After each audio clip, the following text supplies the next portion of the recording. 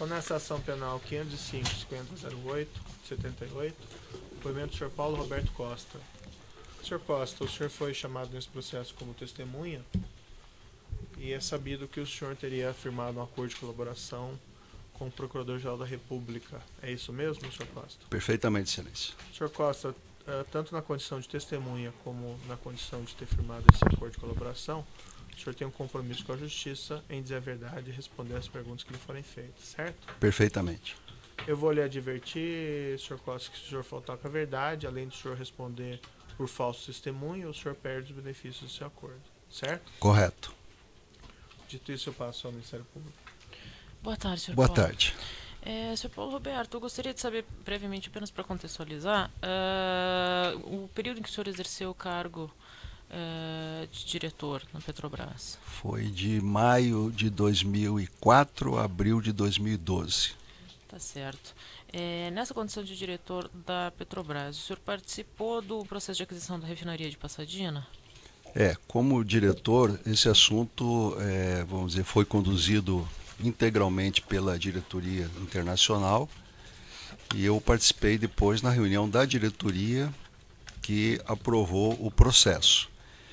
Agora, pelo estatuto da Petrobras, a diretoria da companhia não tinha autonomia para a aquisição da refinaria. Então, na realidade, o que a diretoria fez foi, vamos dizer, encaminhar depois disso para o Conselho de Administração, porque só quem podia autorizar a compra dessa refinaria ou de alguma outra propriedade, alguma outra empreendimento no exterior, alguma coisa no exterior ou aqui no próprio Brasil, era o Conselho de Administração. Então, na diretoria, na realidade, eu como diretor, a gente aprovou por unanimidade essa compra, mas encaminhamos para o Conselho de Administração, que pelo estatuto tinha, vamos dizer, a autoridade para aprovar ou não a compra. Tá certo. E nesse processo da compra da refinaria de Passadina, o senhor recebeu vantagens indevidas? Eu fui, na época, procurado pelo Fernando Soares, e onde ele me ofereceu uma vantagem devida para eu não, vamos dizer, na diretoria, não criar nenhum obstáculo à compra da refinaria. E recebi através do Fernando Soares. O senhor se recorda quanto o senhor recebeu? Se não me falha a memória, está no meu depoimento que eu já tinha prestado anteriormente, acho que foi 1,5 milhões de dólares no exterior. Tá certo. E o senhor chegou a tomar conhecimento da forma como foi negociada essa propina? Não. O Fernando só me procurou na época e falou que ele teria condição de me ofertar esse valor, caso eu não criasse nenhum empecilho na reunião da diretoria, mas como seria dividido, para quem seria pago, isso ele nunca me falou. Certo. E ele chegou a falar para o senhor quem mais receberia? Não. Para mim, não. Tá certo. Ele chegou a falar a pedido de quem ele foi falar com o senhor? Também não. Eu fui apresentado, quem me levou, eu não conhecia o Fernando, quem me levou na minha sala para eu conhecer o Fernando na época foi o Nestor. Ele estava na sala do Nestor, aí o Nestor foi lá na minha sala, que nossas salas eram uma ao lado da outra, e quem me apresentou o Fernando foi o Nestor Severo. E ele apresentou ao senhor o Fernando como? Lobista. O senhor sabe quem negociou por parte da Astra essa vantagem devida? Eu soube na época que foi um ex-empregado da Petrobras, chamado Alberto, o sobrenome dele eu não me recordo, Alberto, era ex-empregado da Petrobras. Alberto Fehlhaber? Isso. Tá certo. Ele trabalhou na Petrobras, mas na época que eu fui para o abastecimento eu já tinha saído há muito tempo da companhia, então eu não tive assim contato com ele. Tá certo, Pode ser que então eu tenha tido alguma reunião depois, mas eu não me recordo de ter nem encontrado com ele. Tá certo, então. Obrigada, sem mais perguntas. Obrigado. Marcelo, acusação. Sem perguntas. As defesas... Agostinho de Mônaco, tem perguntas? Sem perguntas. Carlos Barbosa, perguntas? Não, sim. Delcídio do Amaral, perguntas? Sem perguntas. Gregório Preciado, perguntas? Sem perguntas. Jorge Davis, perguntas? Sem perguntas, senhor. Raul Davis, perguntas? Desculpa, é o mesmo, né? Luiz Moreira, perguntas? Matheus Freitas, advogado Luiz Carlos Moreira da Silva. Senhor Paulo, boa tarde.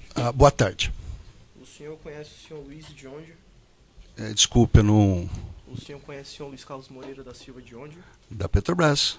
E o senhor sabe dizer qual era o cargo ocupado por ele, na época da compra da refinaria de Pasadena? Ele tinha uma gerência na área internacional. Eu não sei precisar qual era a gerência agora, mas tinha algum cargo gerencial na área internacional na época. O senhor sabe me informar se esse cargo exercido pelo senhor Moreira à época dos fatos, ele tinha autonomia funcional ou ele estava subordinado a alguém? Não, todos os gerentes tinham subordinação ao diretor de contato, né? Quem era o diretor de contato do senhor Luiz Carlos Moreira? O Nestor Severo. Internamente dentro da companhia, o senhor sabe me dizer como é que era vista a questão do negócio da compra da refinaria de Pasadena e da Trade Company envolvido nesse processo? Conforme eu já relatei nos meus depoimentos anteriores, a Petrobras precisava de uma refinaria no exterior porque ela estava aumentando muito a sua produção interna, principalmente petróleo pesado. Então começou a fazer uma exportação muito alta de petróleo e não é o melhor negócio para a companhia, nenhuma companhia de petróleo, exportar petróleo, mas sim exportar derivados. Então a necessidade de uma refinaria no exterior era muito grande. Agora, a refinaria de Pasadena não era uma refinaria que estava já preparada para processamento de petróleo pesado. Ela precisaria sofrer uma série de alterações e melhorias, e inclusive acréscimo de novos equipamentos, principalmente como coqueamento retardado, para poder processar esse petróleo pesado.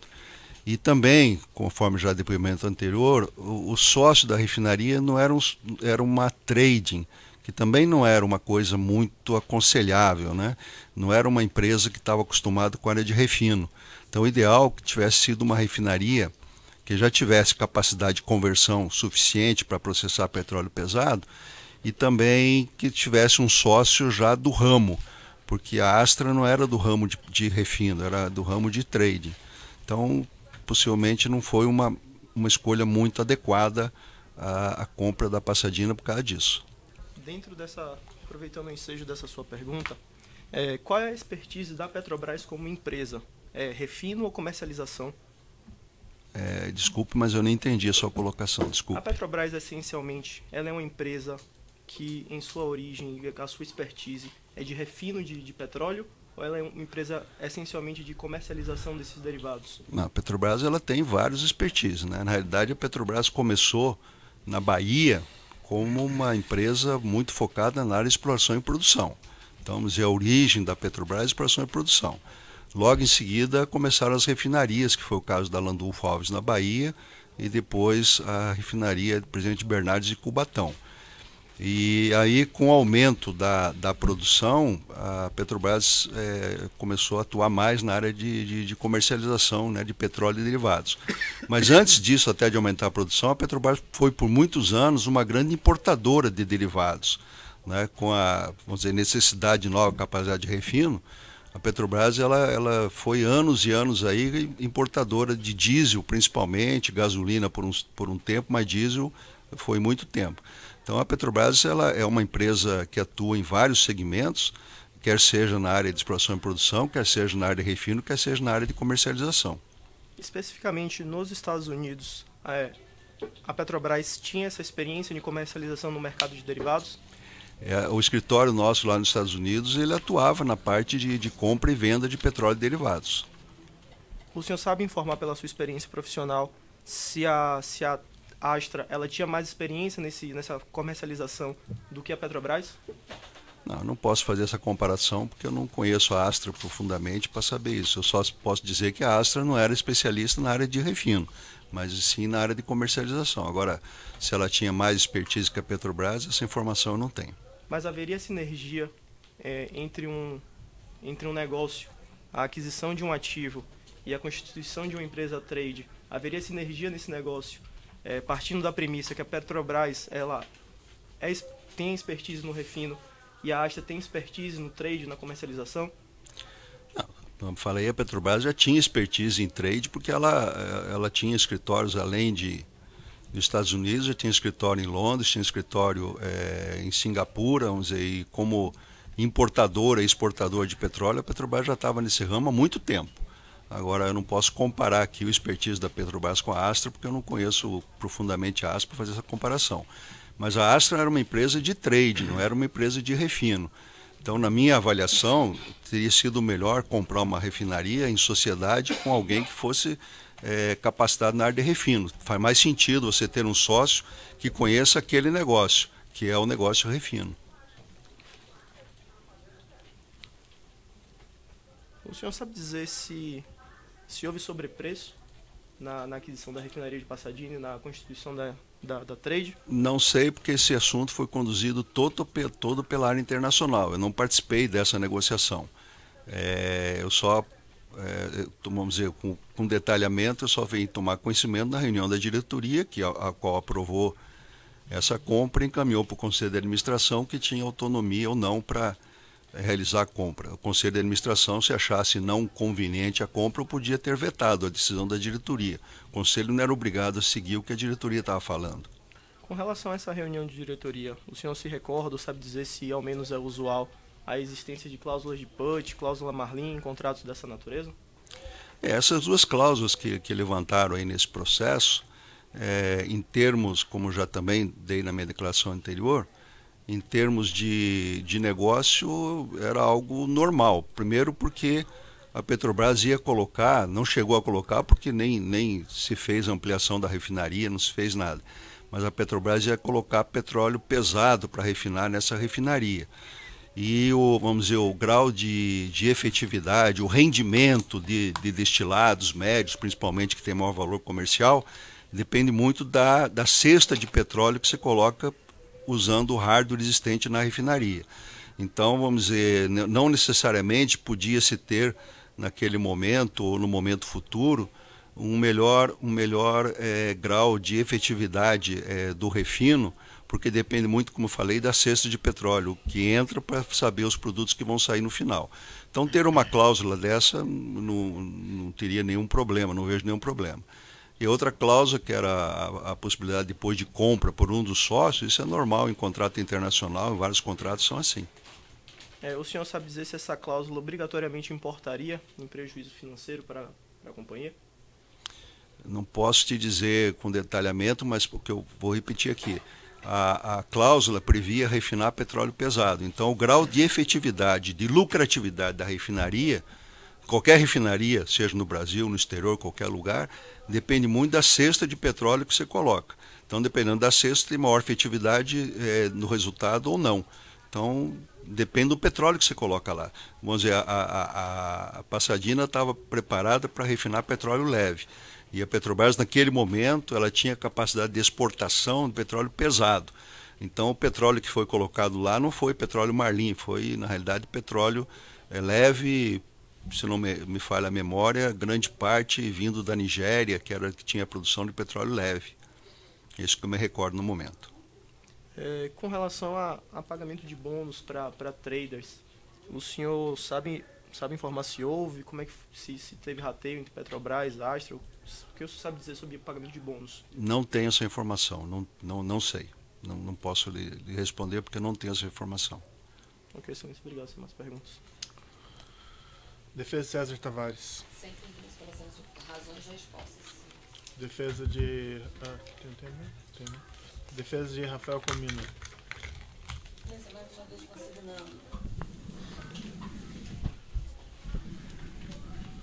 Pelas razões anteriores, pode ser? Para brevidade? Sim, consignando que o depoente prestou colaboração premiada, não deveria ser ouvido na qualidade de testemunha, porque tem interesse no deslinde da causa, o que fere a mens legis do artigo 203 do Código de Processo Penal. Já foi indeferida essa questão. Tem alguma pergunta? Não, estou deixando consignado. O defesa de Aurélio Teles, tem perguntas? Um esclarecimento do juízo muito rapidamente. Pois não, Cês. Sr. Costa. Sr. Costa, o senhor se recorda como o senhor recebeu esses valores do Sr. Fernando? O Fernando tinha uma conta no exterior, não sei aonde exatamente, e um determinado dia eu passei para ele para ele fazer uma transferência para uma conta nas Bahamas. E assim foi feito. Agora, onde era a conta dele, eu não sei. Mas ele transferiu. Recebeu só esses valores do senhor Fernando ou recebeu outros valores em outras comissões? Pelo que ele me falou, que o Fernando me falou na época, também tinha alguns valores acho que, não sei se era Camargo Correia ou Queiroz Galvão, mas tinha outros valores também. O senhor chegou a receber valores também de comissões do senhor Fernando Soares em espécie no Brasil? Sim, de alguns contratos, se não me falha a memória, acho que da Estre também tem uma declaração minha sobre esse tema aí. Parece que ele me pagou alguma coisa aqui no Brasil, sim, em espécie. O senhor lembra qual conta no exterior que foi creditada desse valor da Pasadena? Tem num depoimento meu anterior, eram contas, uma conta minha e uma conta dos dois genros meus, um que já faleceu e outro que ainda está aí. Eu passei esses números para o Fernando e ele fez a transferência. Mas está no depoimento anterior, eu não me recordo mais nesse momento. O senhor Fernando, ouvido aqui, mencionou que esses valores da propina de Pasadena ele passou para o senhor em espécie. Não, não é verdade. Não é verdade. Foi nessa transferência bancária no exterior, então? Foi através dessa conta lá no exterior das Bahamas. Não é verdade isso que ele falou. O senhor mencionou que o senhor foi apresentado a ele pelo senhor Nestor Severo, isso? Exatamente, perfeitamente. Essa conversa de o senhor receber vantagem devida por essa aquisição em Pasadena foi feita na presença do Nestor Severo? Não, foi uma conversa depois, não foi naquele momento que ele me apresentou, foi numa conversa particular lá na companhia entre eu e ele. O senhor levantou no seu depoimento alguns óbices à concretização desse negócio, o fato da refinaria precisar de reformas, que o senhor mencionou, e a questão da falta de expertise da Astral Oil na área de refino. O senhor levantou essas questões na reunião da diretoria que aprovou o negócio? Não. O motivo por isso foi a comissão? Foi.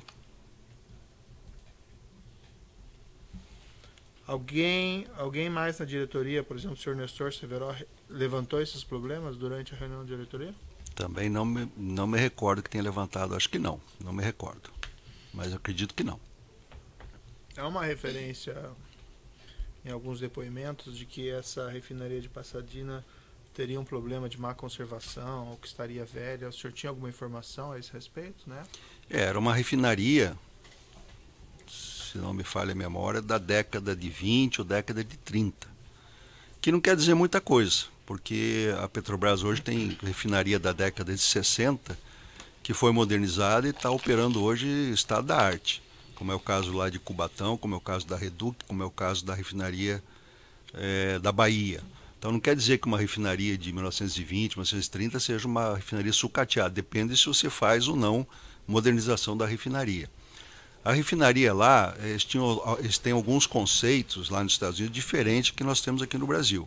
Então eu visitei a refinaria, ela tinha toda a parte lá que ela teve no passado lá, se não me engano, a parte de coqueamento retardado, e que estava toda enferrujada, porque eles não tiraram, não usaram mais esse equipamento, não era mais utilizado, mas não foi desmontado. Então ficou dentro lá, um negócio horrível dentro da refinaria de equipamentos que eles não mais utilizavam. A Petrobras tem nas suas refinarias, todas as ruas lá das refinarias são asfaltadas. Lá nos Estados Unidos não, é tudo estrada de chão. Então, como exemplo, quando chove fica tudo enlameado, cheio de poça de água, etc. Então são alguns conceitos diferentes de manutenção. Agora, de um modo geral, a refinaria não estava no estado da arte, nem como a Petrobras precisava para colocar petróleo pesado. Isso é fato. Uhum. Isso é fato. E essa questão dela no estado da arte, o senhor também levantou essa questão nessa reunião? Não, na reunião foi levantada, não sei exatamente se fui eu ou não foi, não sei, não me recordo mais, mas foi levantada nessa reunião que para processar o petróleo pesado tinha que fazer um upgrade da refinaria, principalmente para ter esses equipamentos para poder fazer essa conversão para petróleo pesado. E isso levaria também a uma ampliação da capacidade de refino que a refinaria era para 100 mil barris. Então teria uma refinaria para 200 mil barris e adaptada para petróleo pesado. Então, quando foi aprovado na diretoria e aprovado no conselho, tanto a diretoria quanto o conselho já sabia que era necessário essa ampliação. Isso não era desconhecimento nem da diretoria, nem desconhecimento do conselho de administração quando aprovou a compra. Então, comprou-se uma refinaria sabendo-se que seria necessário fazer um upgrade dela. Isso era público e notório de todos, na diretoria e no conselho de administração. Mas o senhor não colocou que isso poderia ser um óbice para o negócio, ela ter que sofrer essas reformas Não, amplas? a refinaria não era mais adequada. Podia-se comprar uma refinaria, existia lá nos Estados Unidos na época oferta de refinarias que você não precisaria fazer ampliação, que você já podia usar de imediato para processar o petróleo pesado. Não era o caso dessa refinaria. Então, vamos dizer, comprou uma unidade sabendo-se que tinha que se fazer um investimento para fazer esse upgrade. Já sabia disso. E por que não se optou por fazer a compra de outra mais adequada? Porque a área internacional levou para a diretoria essa refinaria, não levou outra. Que eu me lembro, levou a proposta da compra dessa unidade.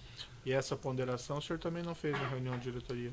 Eu não lembro se eu fiz ou não, acredito que não. Mas vamos dizer, era de conhecimento da diretoria e foi do conhecimento do Conselho de Administração que a refinaria tinha que sofrer um upgrade para processar o petróleo brasileiro.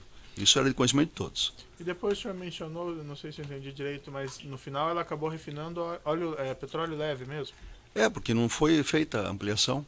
Depois o que aconteceu? Mais na frente, teve a descoberta do pré-sal, e aí a Petrobras teve uma abundância de petróleo mais leve. E aí não tinha mais necessidade de fazer essa conversão. E também, fato mais importante, o Conselho de Administração, naquele momento, decidiu que os investimentos da Petrobras tinham que ser feitos direto para o pré-sal e não ficar investindo no exterior. Isso foi uma determinação do próprio Conselho de Administração na época. Bom, era esclarecimento do juízo. Pois não. Para declarar encerrado aqui o depoimento do senhor Paulo Costa.